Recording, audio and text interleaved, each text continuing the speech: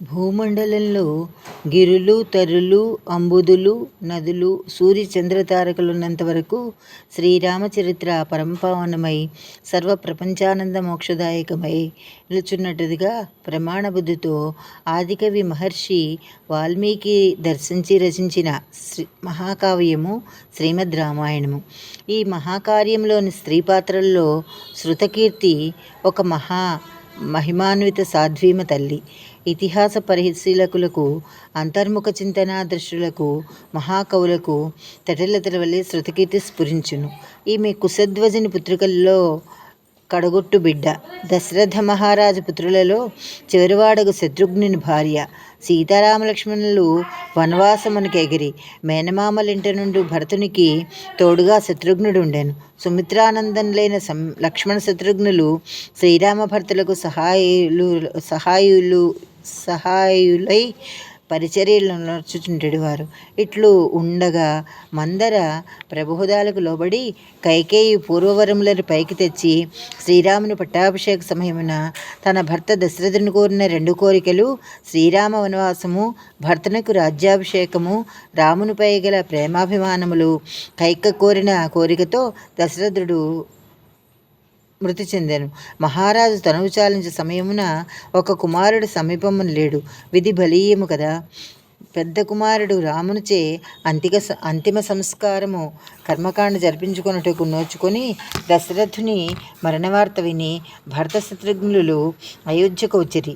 జరిగినదంతయు నెరింగిన ఈ సోదరులు కుబ్జే అయిన మందరను, మాతృమూర్తి అయిన కైకేయిని క్రోధావేశంతో నిందింపసాగిరి. ఇట్లుండా శృతకీర్తి తన భర్తకు తన మనోగత విషయములను వివరించు వేళ ఉన్నతమూర్తిగా భాసిల్లెను. ఒకనాడు శృతకీర్తి మందిరమునకు శత్రుఘ్నుడు వచ్చెను. సపర్యలందించుచున్నప్పుడు భర్త పరధ్యానంగా దీనవదనంతో బాధాతప్త హృదయునిగా ఉన్నట్లు గ్రహించెను. తగిన సమయముగా భావించెను. నాథ, దాసి అయిన మందరను దూషించి దాన్ని సంహరింప ప్రయత్నించిరి. భరతుల వారితో పాటు కైకమ్మపై కినుకబూనితిరి. దాసి మంథర దైవ కటాక్ష సిద్ధి గలది. అమానుష ప్రాప్త సిద్ధులతో లోకోపకారము ఉనర్ప అత్తగారిచే 2 వరములు కోరుకున్నట్లు చేశాను. తత్వమెరుగని మీరు వారు ఎల్లరూ ఆమెను దోషిగా చూస్తున్నారు. నాకెల్నో రఘువంశకీర్తి రసదిశలా ప్రకాశింపజేయుటకే ఈ పని చేసి ఉండినని అనిపించుచున్నది.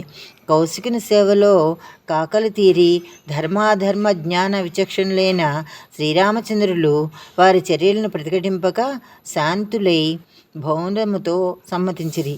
జ్యేష్ఠుల వనవాసమునకు భరతుల పట్టాభిషేకము జరిపించ తలపెట్టుట అను విషయంలో ఎవరో గ్రహింపజాలని గుట్టు తాగినదని అనిపించును. స్వామి, మీరు నాకంటే జ్ఞాన సంపన్నులు. నాకు ఒక దివ్యభావము స్ఫురణకొచ్చుచున్నది. మన రాజ్యమునున్న అటవీ ప్రాంతములు రాక్షసులు ఆక్రమించిరి. గిరి ప్రాంతములు వానరములు వశమయ్యను. సముద్ర పరిధులు రావణుని ఆధీనంలో ఉన్నవి. ఈ పరిస్థితుల్లో ముని ఋషిగణ ప్రశాంతత కొరవడి మిక్కిలి బాధతో ఉండెను. ఈ విషయములను గ్రహించిన కైకమ్మ లోకోపకారమునకై శ్రీరాముల వారిని వనవాసమునకు పంపియుండవచ్చునని మనమేల తలంపకూడదు.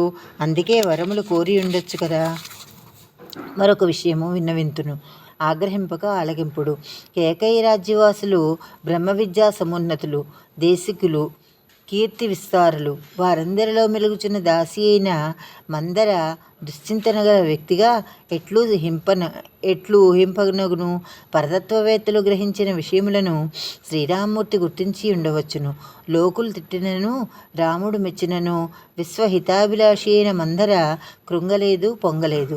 అత్తగారికి దురాలోచనయే ఉన్న రాముని జీవితాంతము వనవాస దీక్ష చేయవలసిందిగా కోరి ఉండేది కదా. కేవలము రాజ్యపాలనలో రాముడు ఉండట కంటే వనవాసమునికి ఎగిన రాముని సత్వమే కాక రామతత్వము అందరూ గ్రహింపగలరని ఆమె తలంచి ఉండవచ్చును. కౌశికుడు రాముని గుణగణములను దశరథునికి వివరించినప్పుడు ఆసక్తితో గ్రహించిన మందర రామునిపై ప్రేమ అభిమానములను పెంచుకొని వెలుగుట మనం మెరుగుదుము. అంతటి ప్రేమగల ఆ ముదిసలి మందర శ్రీరామమూర్తికి కష్టములు కలుగజేయనటి సలహానిచ్చున కైకవరములు తీర్చుట వలన తండ్రికి రామునకు ఇక్ష్వాకు వంశంలో పుట్టిన వారికి కీర్తి కలిగినది. రామునిపైనున్న మమకారంతో దశరథుడు వరములను నెరవేర్చుకున్న అసత్యవాది అయి వంశకీర్తికి కళంకము గూర్చినట్లయ్యేది. మరొక విషయము, రామ పట్టాభిషేకమును గూర్చి కేకయ్య రాజుకు మిథిలాపతి తెలుపగా నగర ప్రజాభిష్టం మేరకే నిర్ణయించినట్లు చెప్పుదురు. ఆ అపవాదు తొలగిపోటుకు మందర ఎంతో ప్రయత్నం ఎంతగానో ఉపయోగపడి ఆ అపవాదు లేకుండా చేసింది. మీ తండ్రి గారు యవ్వనములో వేటకేగినారట. వేటాడు సమయమున సమీపమందల నదిలో శబ్దము వచ్చినట. జంతువు జలము త్రాగుటకు వచ్చినని భావించి శబ్దభేదన విధిస్తే బాణమును విడువగా నీరు పట్టుచున్న మునిబాలుడు మరణించెను. పుత్ర వియోగముతో దుఃఖముతో అతని వృద్ధులైన తల్లిదండ్రులు నా వల్లనే నీవు పుత్రవిరహంతో మరణింతువని శపించారట. ఈ వృత్తాంతం మరణ సమయమున మీ తండ్రి గారు తలచూచు ప్రాణములు విడిచిరి. ఆ మహాత్ముని శాప ప్రేరణ కూడా మందర నిమిత్తముగా జరగవచ్చు కదా. కావున మందర కైకేయుల తప్పు కనబడట్లేదు. కర్మానుభవం ఎవరికీ తప్పదు కదా. రామమూర్తి వనములకేగినప్పుడు కైకమును నిందింపవలదని అందరికీ చెప్పెను. అరణ్య ప్రాంతంలోనున్న మునిగణ పశు పక్ష మృగ సంతానములతో సంచరించిన అయోధ్యలో ప్రజలతో నన్ను మీ అన్నగారు సుఖ సంతోషములతో ఉండగలరు. సద్గుణ ప్రవృత్తికి ప్రేమయే మూలము. మా అత్తగారు తన 2 కుమారులను రామునకు భరతునకు పరిచర్యలను నియమించినది. కైకపై మా అత్తగారైన సుమిత్రకు కూడా విశ్వాసం ఉండట చేతనే కదా అట్లు చేసింది. శ్రీరాముల వాళ్ళు అరణ్యములకు ఎగినప్పుడు రాజ్యభారము భరతులే వహింపలేను. రాక్షస సంహారము శ్రీరాముల అరణ్యములకు భరతులు రాజ్యపాలనకు నియోగించిన లోకోపకారమగునని కైకమ్మ ఊహించి ఉండవచ్చును. దేవతలందరూ మందలను ఆవహించి ఆమెచే కైకమ్మకు బోధ చేయించి లోకోపకారముకు సహాయపడి ఉండవచ్చును. నాథ, నాకు దోచిన ఊహకందిన విషయములను మీకు వివరించింది. దీన్నంతటినీ దైవ నిర్ణయముగా భావింపుడు. నా పలుకుల్లో దోషమునచో క్షమింపుడు అని శృతకీర్తి సత్యధర్మ మర్మయుక్తంగా శత్రుఘ్నునితో పలికెను. అతని పాదములపై బడి బాష్పములు రాగా ఆ మహాత్ముడు ఆమెను పైకి లేవనెత్తి ఆమె పలుకులకు ఆనందించి పరిష్వంగనము చేర్చుకొనెను.